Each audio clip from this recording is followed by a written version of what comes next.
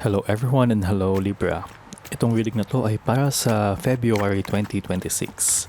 We will look into the energies for the month and ano ang mga advice cards ang gustong ibigay ng universe para sa'yo. Ang goal ng channel natin is to give guidance sourcing the light from the creator with good intentions para may positive energies ang lahat. Please follow or subscribe. Sobrang importante ng inyong suporta para makontinue natin ang readings dito. Libra, you have the Six of Pentacles reversed in the past. Galing ka sa isang panahon ng matinding inequity, kawalan ng katarungan, pwedeng kulang sa pera. Sa usaping material or pwede din to sa emosyonal. Maaring naging madamot ka sa iyong mga biyaya o kaya naman ay ikaw ang pinagsamantalahan ng mga taong akala mo ay tinutulungan mo. May sense of selfishness dito, ang nakaraan mo na naging sanhi ng iyong pagkaubos. Naging malabo ang palitan ng pagiging generous at pagbubukas palad, kaya naman nagkaroon ng resentment or may mga energies ng hinanakit in the past. Maaring may mga utang ka na hindi nabayaran, hindi lang sa pera kundi sa utang na loob. Ang kawalan ng balance na ito ang nagdala sa iyo sa sitwasyon mo ngayon. Libra, you have the Seven of Swords in your present card. Ngayon naman, pilit kang kumakawala sa isang sitwasyon gamit ang pagiging doble cara. May mga ginagawa kang paraan na medyo underhanded, kumbaga patago, para lang hindi ka masangkot sa gulo o para makaiwas sa obligasyon. Ang iyong pagiging tuso ay gumagana ng husto ngayon, pero ingat ka dahil baka sarili mo lang ang niloloko mo. Libra, maging mapagmatsyag ka rin sa mga oportunista sa paligid mo. May mga taong nagtatangkang kumuha ng credit na hindi naman sa kanila o tumakas sa kanilang responsibilities. Ang paligid mo ngayon ay puno ng patagong kilos. Kaya huwag kang maging kampante. Libra, you have the moon in reverse as your potential. Ang maganda rito, ang iyong maling akala o ay malapit nang matapos. Ang mga bagay na nagbibigay sa iyo ng state of confusion. Kumbaga, alam mo yung sense na parang naalimpungatan ka. Ito ay dahan-dahang linaw. May mga sikreto na pilit tinatago sa ay lalabas na rin sa liwanag at wala ka nang matataguan pa.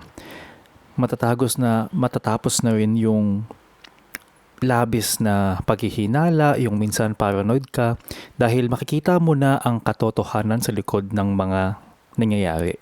Magkakaroon ka ng clarity para harapin ang mga bagay na kinakatakutan mo noon.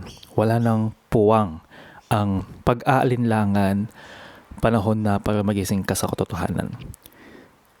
Libra, you have the Empress reverse as your advice card. Ang payo sa iyo, itigil ang pagpapabaya sa sarili mong kapakanan. Masyado kang naging dependent, umaasa ka sa opinyon ng iba o kaya naman ay naging masyadong nasasakal ang pag-aalaga mo sa iba na nakalimutan mo na sarili mong growth. Ang creativity mo ay parang nawawala, nauubos at parang hindi mo ginagamit. May sense dito din, Libra, na maaring hindi mo nakikita yung mga nangyayari ng buong buo. Meron din ditong sense na akala mo minsan ikaw yung kawawa or akala mo minsan ay ikaw yung nalulugi. Pero hindi mo nakikita yung buong perspektibo. Na baka minsan ikaw na yung talagang nakakasakit at ikaw yung wala sa hulog, ikaw yung wala sa tama. So maging mapagmatsyag. Kailangan mong bawiin yung self-worth mo. Huwag mong hayaan na maging stagnant, yung hindi gumagalaw yung buhay mo dahil lang sa takot na baka mabigo ka. Mag-focus ka sa pagpapakain sa sarili mong kaluluwa. Kumbaga, feeding your own soul bago ka magbigay sa iba. Dahil hindi ka makakapag-share mula sa isang empty cup. Kumbaga kung wala ka, paano ka makapagbigay sa iba? Buuhin mo muna yung sarili mo, Libra. Your potential outcome is the justice in reverse. Kung hindi mo itutuwid ang iyong landas, asahan mo ang kabayaran na hindi mo magugustuhan. Ang kalalabasan ng iyong mga kilos ay magbubunga ng injustice or yung walang katarungan o kaya ay pagkatalo sa mga usaping legal at moral. Ang iyong pagiging dishonesty or kawalan ng katapatan ay babalik sa iyo bilang isang mabigat na pasanin.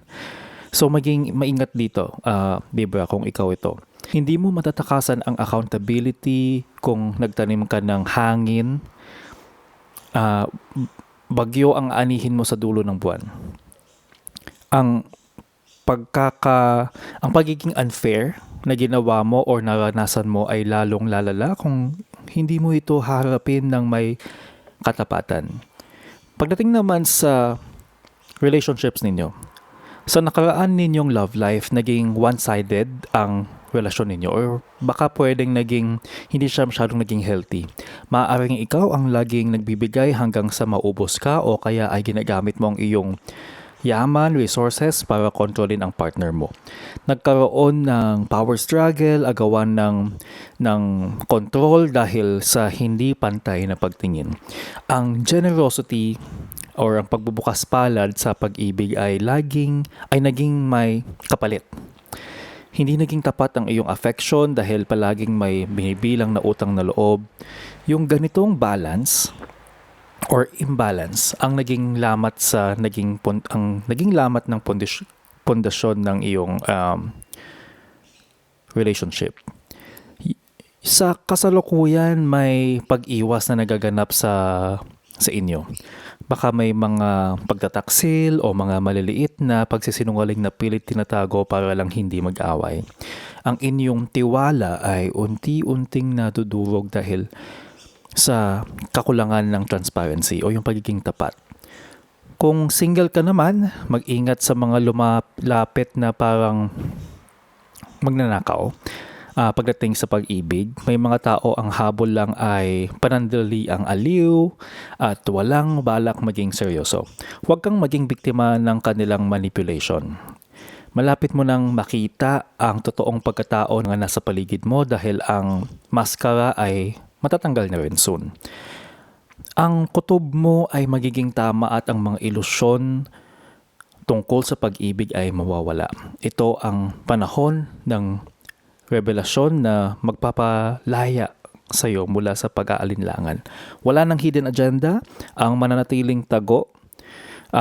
Kung may niloloko ka o niloloko ka, malalaman ang totoo. Ang uncertainty sa iyong puso, yung mga kawalang katiyakan sa sarili mo ay mapapalitan ng masakit pero kailangan na katotohanan. Paayo sa'yo sa puso mo, itigil ang pagiging needy, yung kulang sa pansin, at yung pagiging mapanakal. Baka masyado kang kinakandili ang partner mo, baka masyado mong kinokontrol yung partner mo hanggang sa hindi na siya makahinga. O kaya ay nakalimutan mo ng mahalin yung sarili mo dahil sa sobrang pag-focus sa kanya. Baka naman kasi ito na yung focus mo, Libra. Baka naman ito na yung ginagawa mo. Ang iyong feminine energy, ang pagiging ay nagiging toxic. Huwag kang magpaka-martyr sa isang relasyong hindi naman pinapahalagahan ang self-reliance. Ang kailangan mo ngayon para mahanap ang tunay na kaligayahan, balikan mo ang iyong grace, yung kagandahang asal at huwag magmakaawa para sa atensyon. Kung itutuloy mo ang ganitong gawi, ang kahihinatnan ay hiwalayan o isang magulong pagtatapos. Magiging unfair ang hatol ng tadhana sa inyo dahil sa inyong mga nakaraang pagkakamali. Ang karma ng inyong mga kasinungalingan ay sisingilin na kayo. Walang mangyayaring reconciliation kung walang tunay na pag-amin sa mali. Ang inyong relasyon, Libra, ay mauuwi sa disharmony or yung kaguluhan na puno ng sama ng loob. Siguraduhin mong handa kang harapin ang consequences o yung magiging bunga ng inyong mga piniling desisyon sa pag-ibig. Okay? So, kung nakatulong sa inyo ang reading na ito, please subscribe, hit the like button if you are on YouTube, and follow kung kayo naman ay nasa Facebook. Huwag niyo po kalimutan i-share ito sa mga kilala ninyo na kailangan ng reading. Maliit na bagay lang to support this channel para blessings lang ang umiikot sa community natin. Libra, your first advice card is no more complaining. Itigil mo na ang iyong paghimutok. Kapag puro ka reklamo, para mo na ring inaamin na isa kang api. At alam natin na hindi yan totoo. Ang bawat reklamo ay isang pagpapatibay na wala kang kontrol, kaya bawiin mo ang iyong lakas. Gamitin mo ang iyong pagpapasya para baguhin ang takbo ng iyong buhay. Sa halip na maghanap ng butas, mag-focus ka sa iyong kalayaan na pumili ng tamang landas. Ang pagreklamo ay nagpapalubog lang yan sa iyo ng energy. Ang next advice card mo is do the work. Hindi sapat ang puro panalangin or pangarap lang, Libra. Kailangan mo ng tunay na hard work. Pagpupursige para makuha mo ang gusto mo.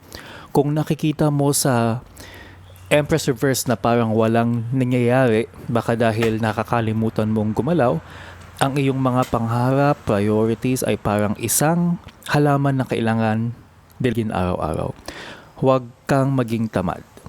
Ang tagumpay ay hindi basta-basta nahuhulog mula sa langit. Kumilos ka ng may disiplina para maituwid ang baluktot na nakaraan. Libra, your next advice card is companionship. Yakapin mo ang iyong pag-iisa ng may buong puso. Bago ka makahanap ng tamang kasama, kailangan mo munang maging komportable na ikaw lang mag-isa. Ito ang nagiging solusyon dun sa Empress Reverse energy mo. Huwag kang humahanap ng ibang tao para lang punan ang kakulangan sa sarili mo. Kapag nahanap mo na ang kapanatagan sa sarili mong kumpanya, kumbaga yung pagiging mag-isa mo, doon lang darating yung taong tunay na para sa'yo. Ang malusog na isang taong buo at hindi takot sa sarili niyang katahimikan. Your next advice card is positivity. If you can find even one thing to be grateful for, it will restore you to the light. Please, dear God, let me always feel gratitude for something, even a tiny thing in even the hardest situation. Lagi mong hahanapin yung positibo sa buhay mo. Yun lang yung kailangan mong hanapin at kailangan mo rin syempre tignan sa sarili mo. Kailangan mo man ng self-assessment. Kung ikaw ba ay nagiging negatibo sa ibang tao, kailangan mong tignan sa sarili mo yun. Ang next advice card mo or ang relationship advice card mo ay ang karmic relationship. Sa usaping pag-ibig, tandaan mong ang taong kasama mo, ang taong darating ay isang karmic relationship to. Kung sino man tong kasama mo ngayon or kung sino man yung dinidil mo, kung sino man yung kinikilala or baka naiisip mo ngayon, hindi ito bago. Ang inyong mga kaluluwa ay may kasunduan na noon. Ito ay, kumbaga sa English tinatawag nito na ay soul contract, na noon pa man, kaya naman ganito katindi yung tension ninyo, ay magkakilala na kayo. Ito ay dahil sa karmic na relationship. Asahan mong may mga aral na kailangan matutunan na maaaring masakit. Konektado ito sa moon reversed, lalabas ang katotohanan sa likod ng inyong ugnayan. Gamitin mo ito para ayusin ang mga pagkakamali. Yung mga baka may pagkakautang ka na hindi mo alam at hindi pa ulit-ulitin lang ang luma ninyong ginawa. Your crystal advice card is Emerald. Ceremonies and celebrations. Sa kabila ng mga hamon, may darating na panahon ng pagdiriwang, celebration sa buhay mo. Maaaring ito ay isang kasalan, pwedeng graduation, pwedeng anniversary, 'di ba? May wedding, may pagtatapos. Magbibigay ito sa iyo ng saya. Ang Emerald card ay hudyat ito ng isang malalaking or mahalagang yugto sa buhay mo. Kahit na may mga hamon ang Justice Reverse, ang card na ito ay nagpapaalala sa iyo na may mga sandali pa rin ng tagumpay. Huwag mong hayaang masira ang mga negatibong energy, ang iyong kasiyahan. Ipunin mo ang iyong mga mahal sa buhay at namnamin ng ang bawat sandali ng inyong pagsasama, Libra. Yan ang forecast ninyo. Subscribe on YouTube and follow Hula Juan on Facebook para may aabangan kang forecast for your sign. Always remember, sa lahat ng gagawin mong desisyon, dapat mabuti ang iyong intention. See you sa next reading.